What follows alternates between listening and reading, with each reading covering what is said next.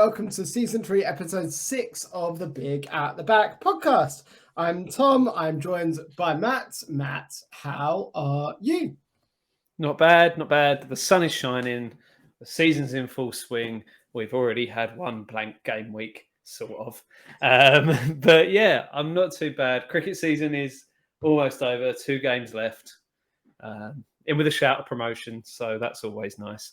How are you? How was your little jaunt over to New York? Yeah, it was fun. Did an awful lot of walking, so my feet still hurt. But managed to see everything that we wanted and do everything that we wanted. So a successful trip all around. Bloody hot out there as well. It was like 30 to 32 degrees every single day we were there. And that's in Celsius, not Fahrenheit. Fahrenheit would be a very different description. But yeah, no, really, really good trip. Really enjoyed it. Would definitely go back. Probably wouldn't mind living there for a month or two. We'll see. Ooh, cheeky. On the cards. So this is an FPL. All I'll say is the further away from me you are, the better. Excellent. So now we've got that out of the way. Well done. Congratulations. Bet you feel better for yourself. I feel like a big man. Cool. FPL. So it was arguably a banter game week this week. I think that's the only real fair way of describing it, right? Yeah, I think sort of. I mean, it was all right for me. I had a fairly decent week, but it did feel a little bit like, yeah. It was the ultimate expected goal and expected assist underachievement week, wasn't it? And we'll get into that in a bit more detail. Just goes to show you can only believe stats to a certain extent. There are lies, damn lies, and statistics. So correct. What we're going to go through today is what have we learned from the 2 game weeks so far? Which players are actually going under the radar in FPL that we should be looking at? And what is up with Manchester United? Because just what is up with them? But to start with, how did you do for the week? Not too bad, actually. 61 points was the final tally. So a decent above average week. Green arrows as far as the eye can see, which is always nice. Pickford in goal.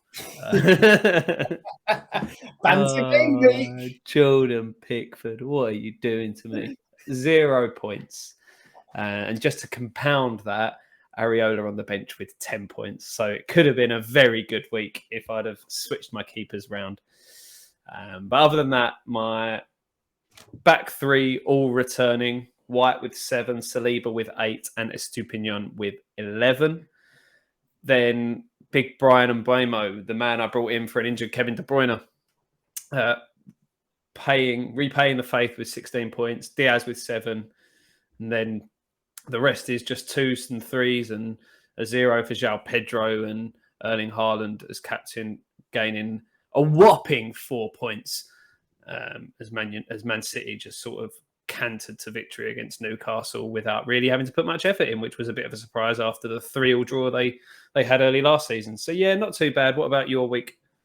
Yeah, not as good a week as you, but still an okay week. I'm sitting on red arrows mainly. Well, red arrows across the board, but that's because I had such a good game week 1. So 54 points, still 10 above average.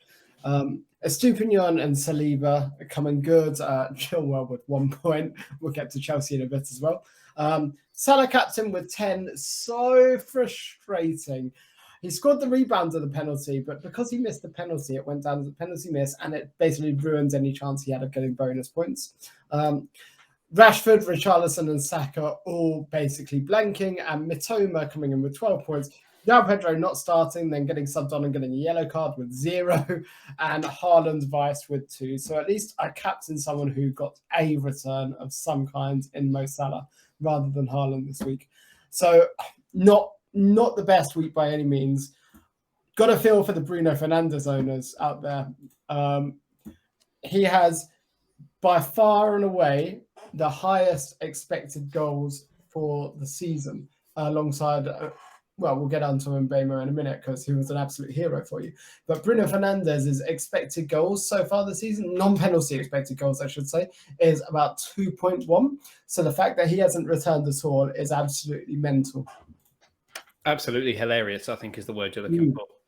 But and obviously we'll talk a bit about Man U in a little bit, but they've had a very underwhelming start. And I think a lot of people were looking at Bruno as a bargain this season, and he still could be if Man U get their act together. I mean, it is important to remember we're only 2 games into the season, and it's a 38-game season, so there is a long way to go.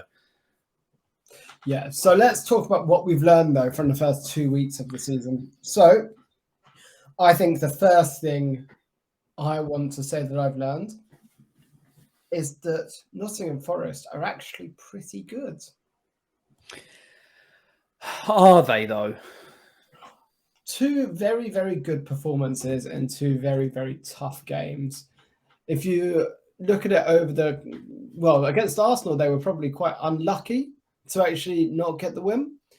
And then if you look at the match at the weekend against Sheffield United, where they got the 2-1 win, they were value for it. They certainly were the better team of the 2. I think they're not the rollover team that they were last season. Potentially not. I think at home, and we saw this last season, at home they're probably going to be quite tough to beat. I still think that there's been a lot of turnover in their squad. Turner, I think, is a good addition in goal overall, despite his lack of returns so far. And a lot of people were disappointed when they did concede on Friday night, as he'd been given the starting shirt in a lot of FPL teams this week. But I don't know. I think it's early days. It was first game against an Arsenal side that obviously had new players gelling as well and blending in. So I think potentially, as a home game, they'll be tough to beat. The one that you're looking at is Serge Aurier worth getting in. Can I believe it? I didn't see much of the game on Friday night, but by all accounts, he had a good game, picked up 2 assists. I didn't watch the game on Friday night because I was in New York, but You mean you didn't have something better to do on a Friday afternoon in New York than watch Nottingham Forest v Sheffield United? I don't believe that. You know what? It was the first time ever. But I can't say Serge Aurier is on my wish list. I'll tell you who might be. It's kind of comes into the players going under the radar. Is Awoniyi. 6. Bit of breaking news for you. Actually, about 10 minutes ago, McAllister's red card has been overturned. Good. Well, that was very needed. Ridiculous decision, but we will talk about that in a bit. So Awoniyi. He's scored in his last 6 starts in the Premier League. So there's no 6 games, not even starts. He came off the bench. So as a bargain pick, potentially a couple of toughish games next, although maybe not, with United and Chelsea both away from home. So a couple of tough road journeys there, but then they follow that up with Burnley at home, but then it's City away. So maybe he's worth looking at post game week 6, maybe in a wild card team after the international break. The challenge is, I'm looking at the Forest fixtures. They don't really have a really good fixture run of 3 or 4 games where they've got easier. Oh, actually, from game week 14 to 16, Forest have Everton home, Fulham away, and Wolves away. Got to be honest with you, Tom. I'm not planning that far ahead. No, nor am I. So I was just looking out of curiosity. But for me, what I'm learning from this is, while I'm not going to be buying Nottingham Forest, I'm certainly not going to be targeting them. Definitely. I am going to be targeting the fixtures for, though. Well, 3 teams for me: Sheffield United, Luton, and Fulham. And actually, the 4th one, I'm going to add a 4th, Everton, but for different reasons. So Luton, Sheffield United, and Fulham, you target the forwards playing against these teams.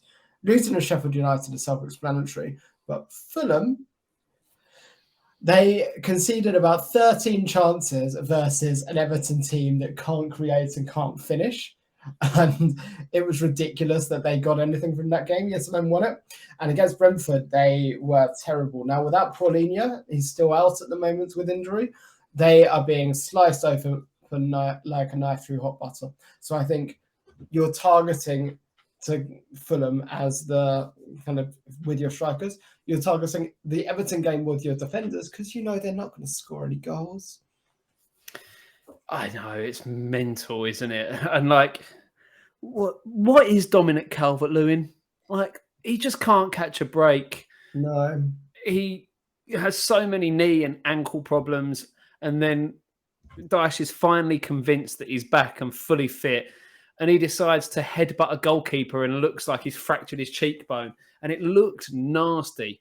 I'm surprised it wasn't a concussion substitute in the end. It was confirmed that it wasn't a concussion sub. So, yeah, I just feel sorry for him at this point, but they're creating nothing. It sounds like Damari Gray might be on his way as well, which, I mean, who cares? But that's another attacking player that they're losing.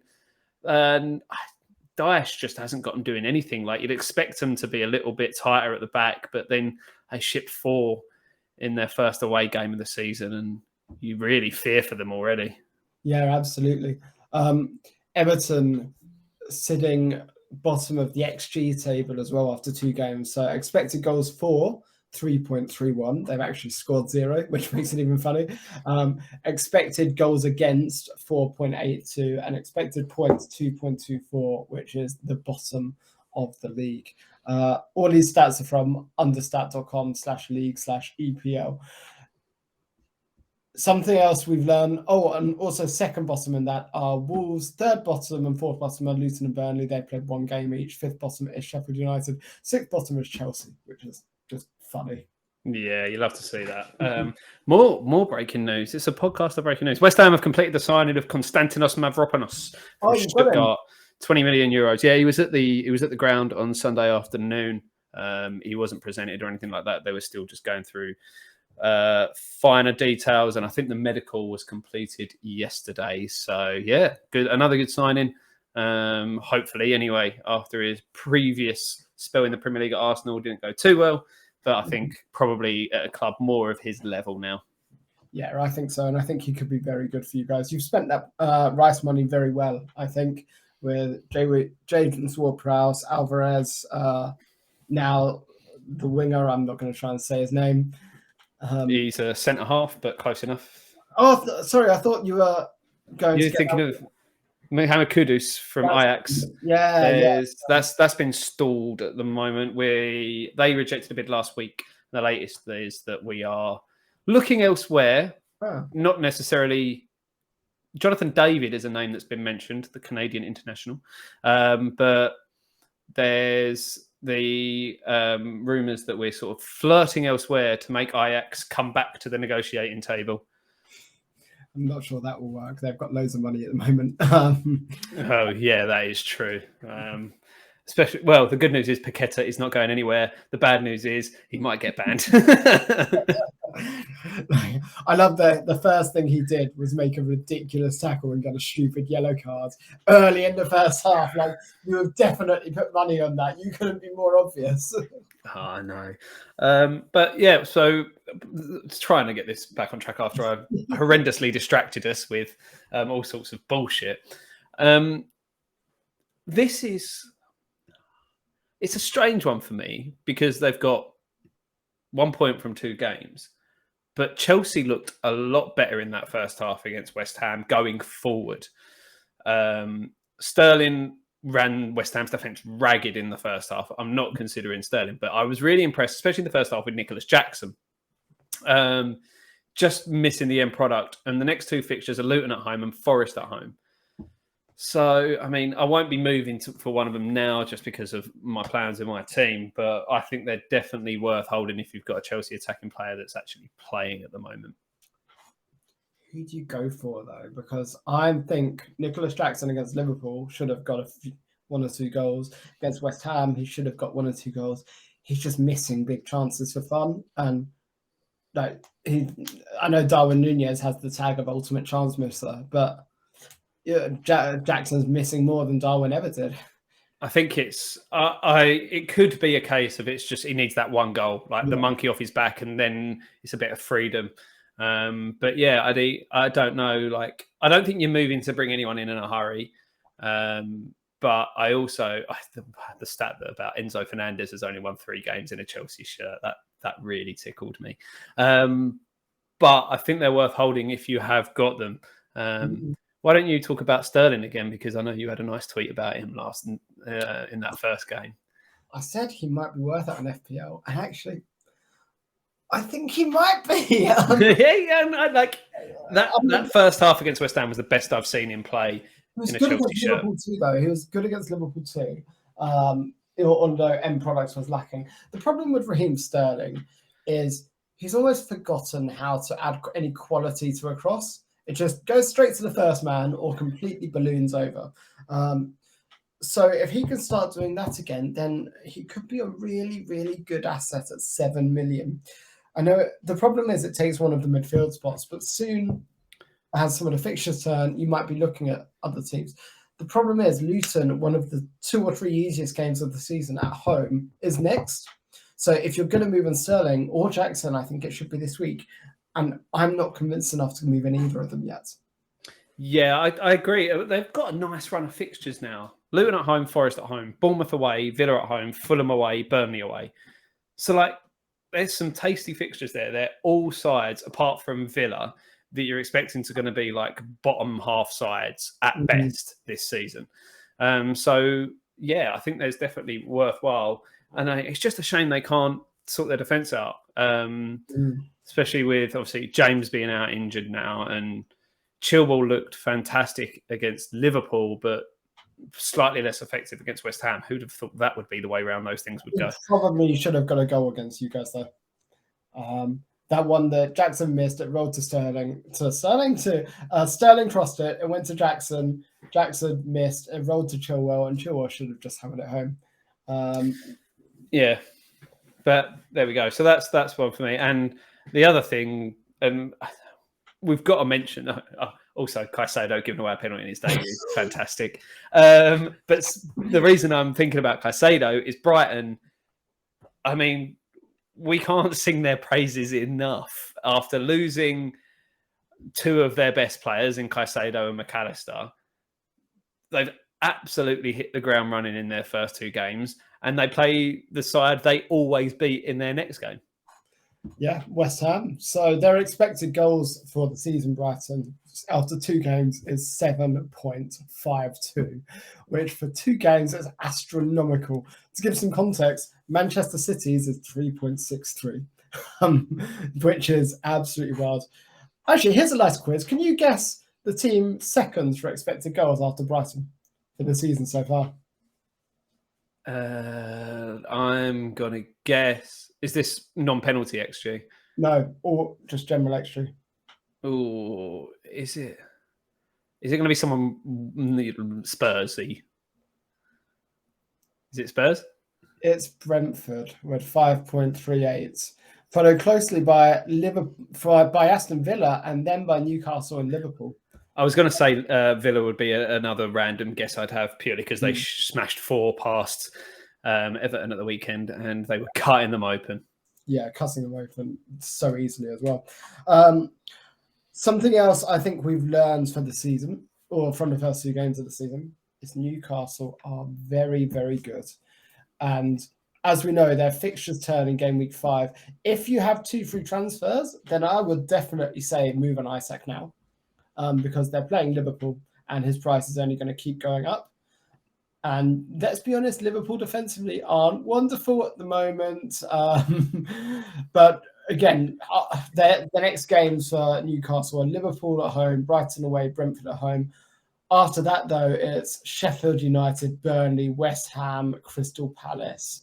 And then 10 is, I think, Luton? No, it's Wolves. So game week 4 or 5, you want to be moving on Newcastle. I'm not just thinking Isak, though. I'm thinking going Trippier as well. Have a bit of money in the bank so you can move to Trippier in game week 4 or 5.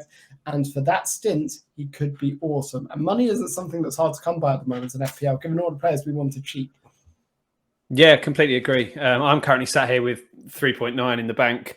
As my only transfer so far has been KDB to Bryan Mbeumo. So it seems as though money isn't going to be much of a problem, especially as some of the other big performing assets aren't, the big priced assets aren't performing.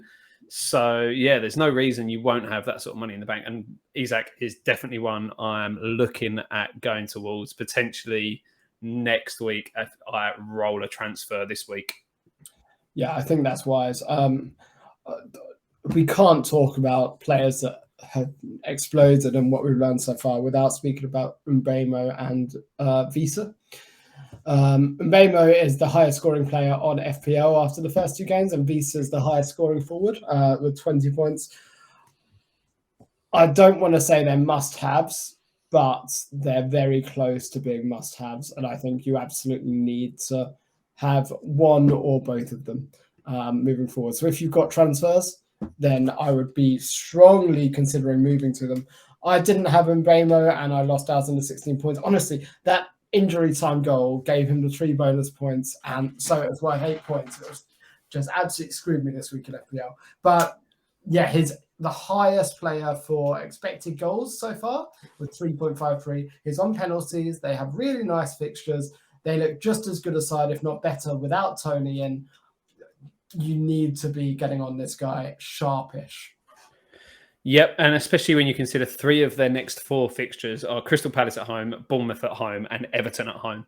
That is a lovely run of fixtures. So I think Mbeumo at the moment is a must-have. If you've got the transfer, just get him in. Visa, I would say, isn't a must-have, but he's very tempting in this run. So my thinking at the moment is that because Brighton's fixtures turn, next week I'm going to take a -4 and use my 2 free transfers, and I will be moving out Matoma and João Pedro and Salah onto Mbeumo, Visa, and Phil Foden or Luis Diaz. We'll get to that conundrum in a little bit. Another person that probably has to be mentioned, and I've spoken about Brighton, is Solly March.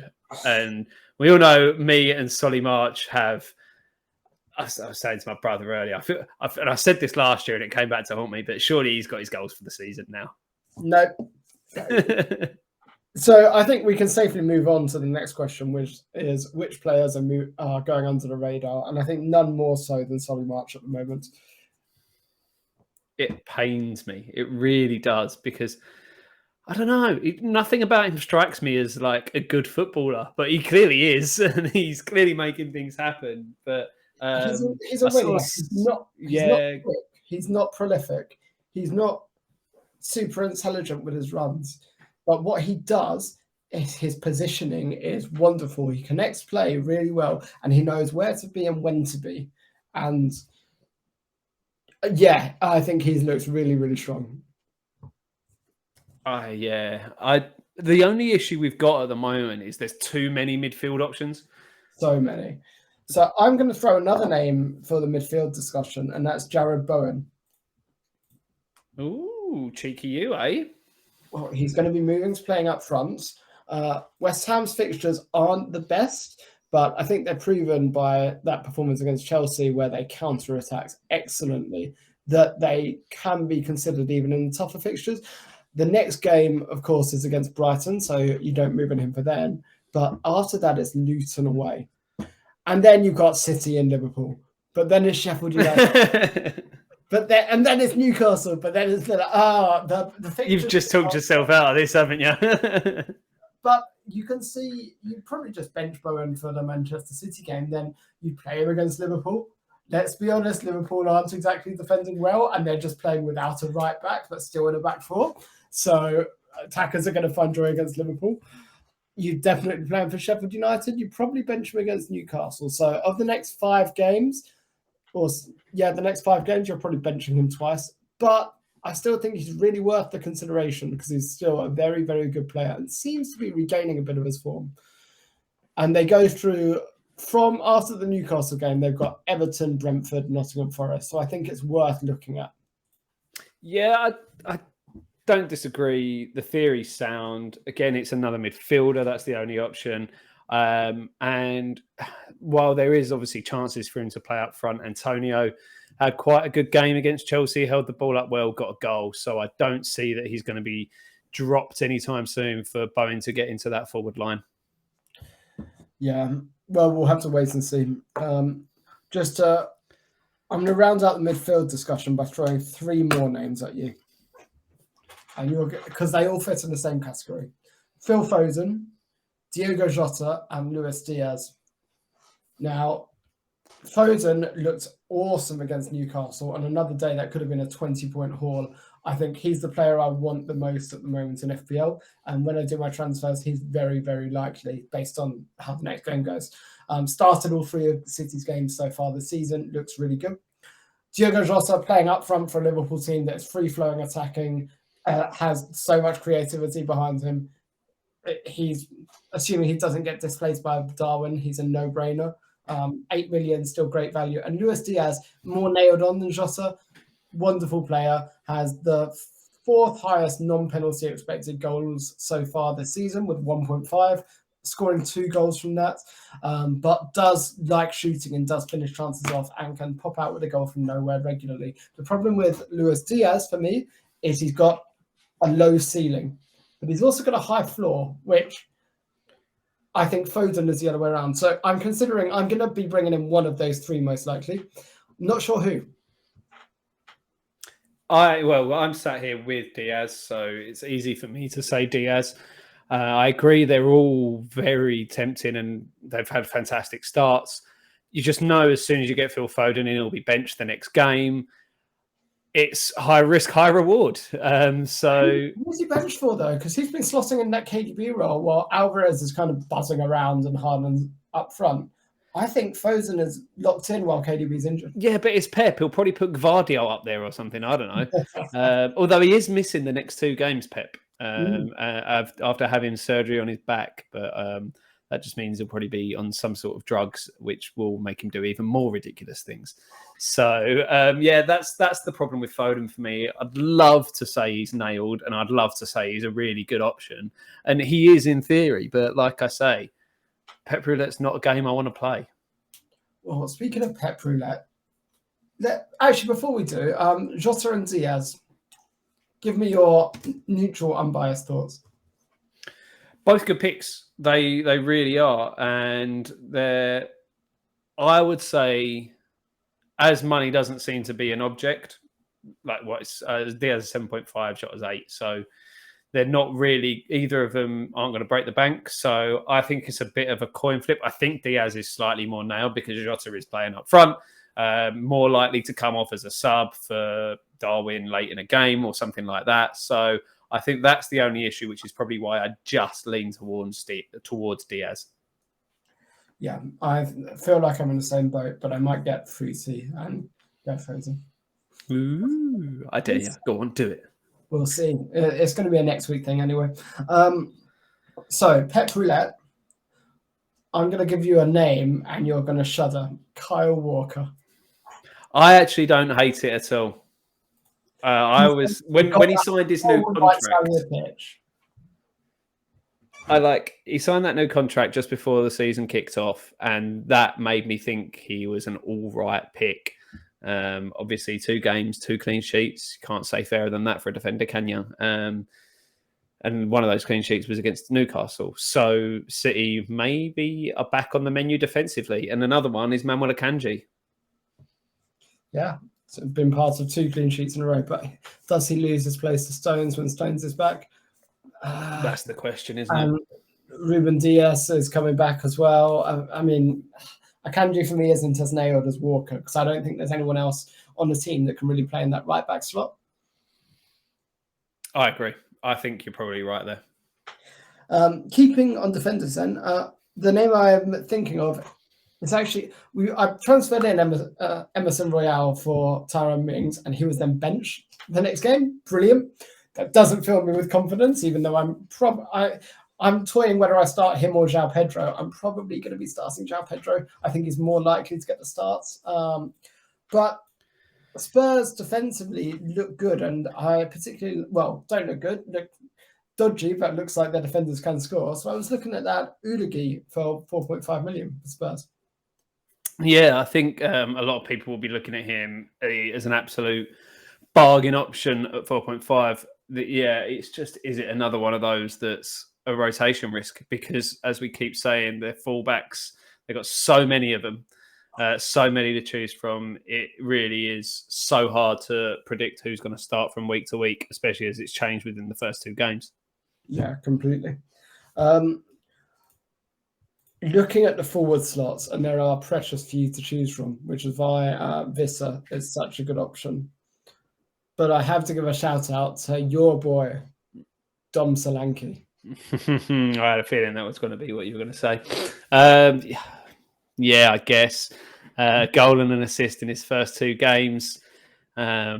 Slightly tougher fixtures coming up. Spurs, well, maybe not Spurs. Brentford, Chelsea, and Brighton are their next 4. I don't know. I just think. I mean, there aren't many options in the forward line, so that is worth mentioning. So I guess you could do worse, but I think there's probably 3 or 4 at least that I'd be picking before him. I mean, Eddie Nketiah has got a goal and an assist in his first 2 games, and he's playing in a much more exciting attacking side who play Fulham in their next game. Yeah, but Nketiah's just so rubbish, isn't he? He should have scored at least 2 last night. Yeah, he was just he's just a terrible footballer. I'm really not convinced by Nketiah. I think the other forward. Sorry, I've got to mention him is Julian Alvarez again. Like I had him in the draft at the start of the season, and I took him out. He's got 2 returns in 2 games: Sheffield United, Fulham, West Ham, Nottingham Forest, Wolves as the next 5. There's points to be had there. There's a lot of points to be had there, and he's probably going to be one of my free transfers next week. Just because I think he's a really, really, really good player. He's essentially nailed in that team. Yeah. I'm sure you've mentioned about 6 transfers that you're doing next week now. Yeah, at the moment, my plan is to move Salah onto Diaz or a Foden, and then move Mitoma as Brighton's fixture turn onto Mbeumo, and then move one of my forwards, probably João Pedro, up to either an Alvarez or a Jackson, depending if Jackson looks like he's going to start scoring based on the performance against Luton. If Jackson scores against Luton, I'll move to Jackson. If he doesn't, I'll move to Alvarez. Fair enough. Yeah, I don't see any problem with that. One player I do want to mention, and I'm not necessarily looking at him, but if you need a budget midfielder, you could do a lot worse than Enzo for Chelsea. Now, he's getting forward. He's on penalties. 5 million could be a bargain this season. Never scored a goal for Chelsea yet, and missed a penalty at the weekend. You're not selling that one to me at all. 5 million budget midfield enabler. If you need, I would be shocked if you need an enabler at this point, especially one in midfield. Well, let's talk about that then, because a lot of the expensive options play for a team called Manchester United. Now, shall we start digging into what is going on at Man U? I know it was an away game at Spurs against a new manager. There was a good atmosphere at the ground, so maybe that's like something that needs to be considered. I think this weekend's game against Forest will give us a much better idea of where they actually stand. A Forest team at Old Trafford, they should cut them apart. I feel like if they don't score 2 or 3 goals in that game and keep a clean sheet, then it's time to start looking at moving your assets out if you've got United assets. Because a lot of people have got Rashford, a lot of people have got Shaw, a lot of people have got Bruno. A lot of people have got Onana. What's my name? But yeah, no, like if they don't keep a clean sheet in this game, then it's definitely worth getting rid of Onana. I think so as well. And although not that you intend to waste a transfer on a keeper, but if he's gone on a wild card. Allegations as well coming out about Antonio being a rapist. Oh, Anthony, sorry, being a rapist as well. Leave Mikel Antonio out of this. Oh, Mikel. So Erik ten Hag changing Manchester United's culture from being dopey to rapey. What a great manager. He was desperate to bring Mason Greenwood back, which says everything you need to know about that shitty football club. So I think Manchester United on the pitch, though, Jamie Carragher's actually done quite a few bits about Casemiro recently and how he was just, both games, he was completely taken apart and exposed. And adding Mason Mount to that midfield has meant that there's no person defending or helping Casemiro in that central midfield spot. Now, last season, he covered it really well on his own. this season he just can't do that and hasn't got the legs to do that. Thing is, a lot of last season he had Fred or McTominay alongside him, which helped share the load a bit. But yeah, if you replace one of them with more of an attacking midfielder, and he's getting older, he can't cover all that ground on his own, like all by himself, can he? No, he absolutely can't. And essentially, what it means is that Manchester United is being exposed time and time again, and James Maddison ate him for breakfast in the Spurs game. That's a big breakfast. Very big breakfast, and I'm sure James Maddison felt very well fed afterwards. Speaking of Spurs, Richarlison, no shots against Man U despite being the forward player. I think I'm going to be holding for the next few games just because the fixtures are very, very, very nice. If he doesn't perform, though, then he's going to be an easy sell come game week 5 or so, which is possibly when my wild card will play, based on previous seasons. Yeah, I agree. Next 3, Bournemouth, Burnley, Sheffield United. If he's not getting a couple of returns in that, he is easily out. And yeah, I think game week 5 is, I believe, just after the international break. So that would be the perfect time for a wild card because then they go Arsenal and Liverpool are their next 2 after the international break. So yeah, if he doesn't pull his socks up between now and then, he's gone for me as well. Yeah, I think as well, you can, if you're not investing in Spurs this week, you just hold off. Because after the Arsenal and Liverpool game, it's actually Luton, Forest, Palace, Chelsea, but it's at home, and then Wolves. So that's a really, really nice fixture run for Spurs. So I think if you're looking at changing or getting Spurs in, you either do it now or you wait until game week 8 or so. But yeah, going back to Manchester United and how they were cut to shreds, Casemiro is a big problem. Bruno Fernandes is missing big chances. His teammates are missing big chances that he creates. Without a proper striker, they don't look like they know what they're doing. Rashford can't play as a forward. Should be on the left wing. Anthony is still a terrible footballer. Højlund, it looks like, has now got a back injury, so he's going to be out for at least a month. So if you're a Manchester United fan, you're worried at the moment about where the goals are coming from. Yeah, definitely. I think there's always the chance that Rashford will just have a good run, and if it's going to happen, it's probably going to happen this weekend, like I say with that Forest game. But I think in like United assets were so highly tipped up before the start of the season. They were cheap, and they'd finished the season fairly, or not finished the season. They had like a good spell at the back end of last season, post World Cup. So I think it was right that there was a lot of hype around them. But yeah, this is a big game for them. And as someone that sat here with 2 United assets who've got a total of 11 points between them in 2 games, it's pretty underwhelming. And they were lucky to even get that clean sheet in the first game, as we very well know, because Onana murdered a man.